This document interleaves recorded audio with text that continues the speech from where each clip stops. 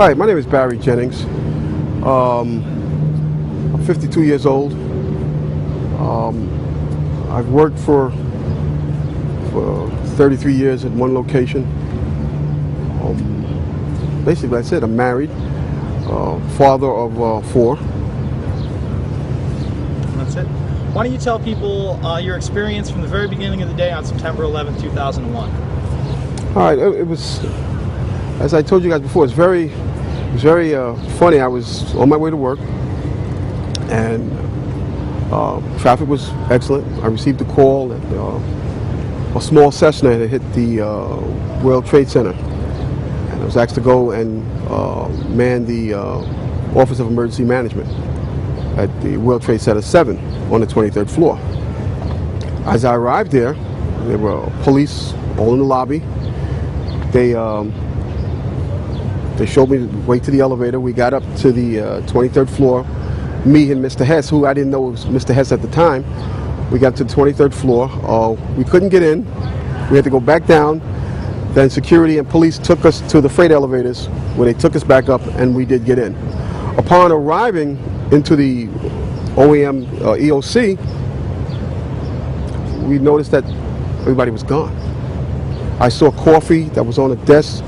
Still, the smoke was still coming off the coffee. I saw half-eaten sandwiches, and only me, Mr. Hess, was up there.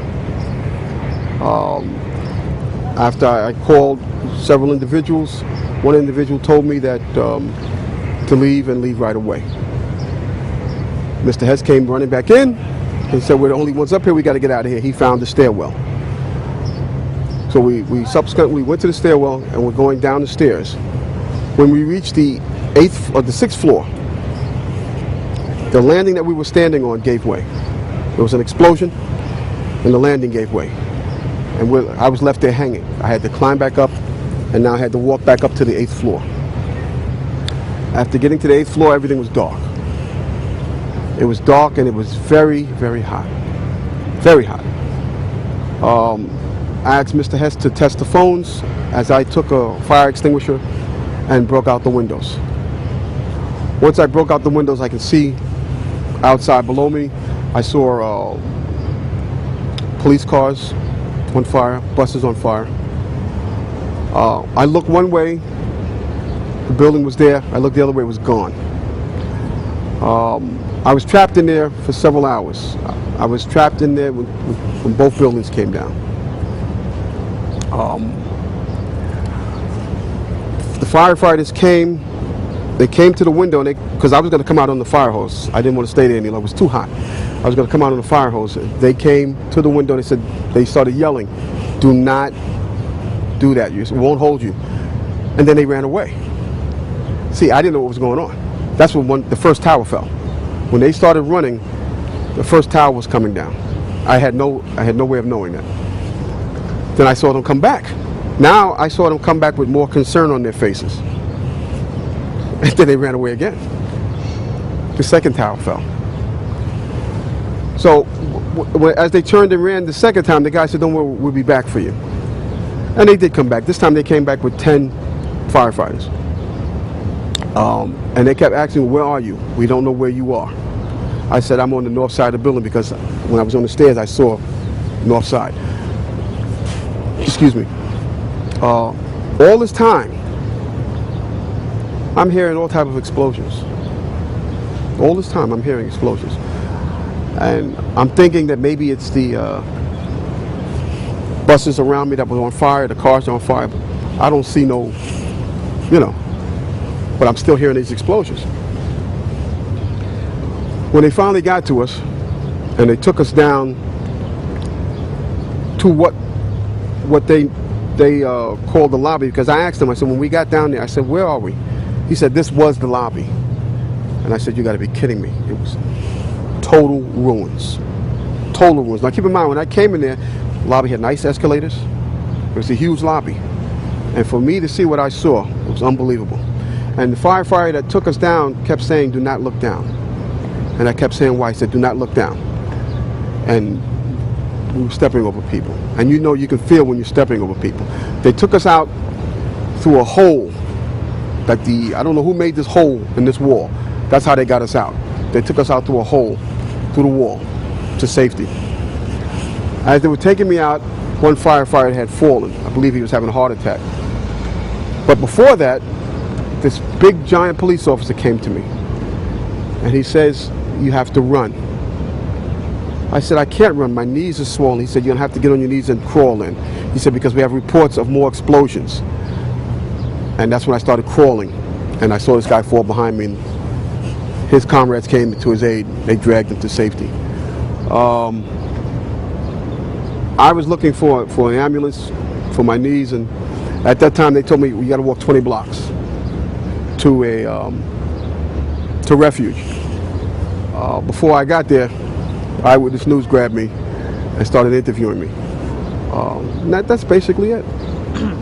Now, real quick, I'd like, if possible, for you to elaborate on. Now, you originally said on ABC7 that you got to the 8th floor, and that's where the explosion was, and that's what blew you off. And there you said you got down to the 6th floor. Well, it was the 8th floor we got back into. Okay. The 6th floor is when we got down to. Okay, so you made it all the way down from the 23rd floor all To the way down 6th floor. 6th floor. Right. That's when the explosion happened. Now, where did that originate from? Did the explosion come from under you? It was definitely under us. It was from under you. It definitely was under us. Now, did it like lift you up? Is that? Yeah, it blew us back, and then I found myself. I thought I was on a stair landing, but I wasn't. I found myself hanging on. So you want me to go into that? If you could. Yeah, Sure, yeah. sure. It was pitch black. You couldn't see anything. Right.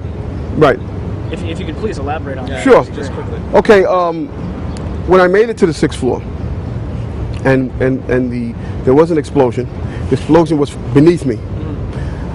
Keep in mind now, it's pitch black in there. All the lights went out. Yeah. So when the explosion happened, it blew us back. I'm thinking I'm standing on the landing. I'm actually holding on to a pole above us. Really? And I had to climb back up because Hess is yelling, "What do we do now?" I said, "There's only one thing we can do, and it's go back up." So that's when we went back up to the 8th floor, and I busted out that window. My other question was going to be, you said that you'd worked in the Office of Emergency Management since its inception in '99. Could you just tell people what the OEM was and your experiences with it, like how often you would be there, what the job of the OEM was? Okay. Excellent. When the Office of Emergency Management did an activation, they always included our locale. And what they did was monitor the emergency. They actually coordinated the emergency through several agencies. And that's what we did. I was there as part of one of my agencies, which I can't name. Of course. And we would sit there and we would do sit reports. We would get updates as far as the emergency that was on hand. And that's simply what we would do. Every agency that was involved in that emergency was there. Okay. And that was manned 24 hours, I've heard? When the activation, only when there was an emergency activation was that manned 24 hours. OEM was manned 24 hours without the activation. When they opened up the EOC, that was activated for as long as the emergency was going on. Once the emergency was subsided, then they would stand down. Okay. My other question was, they had a drill in preparations called tripod. Did you know anything about tripod that was down at the pier at all? Yes, I Okay. was part of that. You were part of Are you able tripod. to discuss that at all? Yeah, can you discuss any aspects of tripod? Well, the only thing I remember as tripod was we did a drill, which was supposed to be a man-made disaster, a terrorist attack, and it was supposed to be some kind of chemical. And all they did was drill. They went through the whole steps of what you would do here, if you'd come here, how you would, they went through the whole thing. And we were just viewing it. We were just part of the viewers. Okay. That was it. We wasn't part of the actual, we would just view the We're individuals. just monitoring the results of the And exercise. from media reports, we've heard that it was supposed to take place on the 12th, but preparations were before that. In other words, throughout the week, they'd been manning the separate stations. Do you know when it was actually like in progress? Because you said you'd been part of it and seen it. So obviously there was something going on before the 12th. Like, did you observe this in like the 10th, the 11th, like right prior to 9/11? No. No, this No. this was after. Yes, our participation was after. Was after 9/11. Yes. Okay. Then can you just give us permission to use it? Say louder than words can use this footage. Yes, you can use this footage. All right. But real awesome. quick, I'd You like have for you to another question? elaborate on a few things. Sure.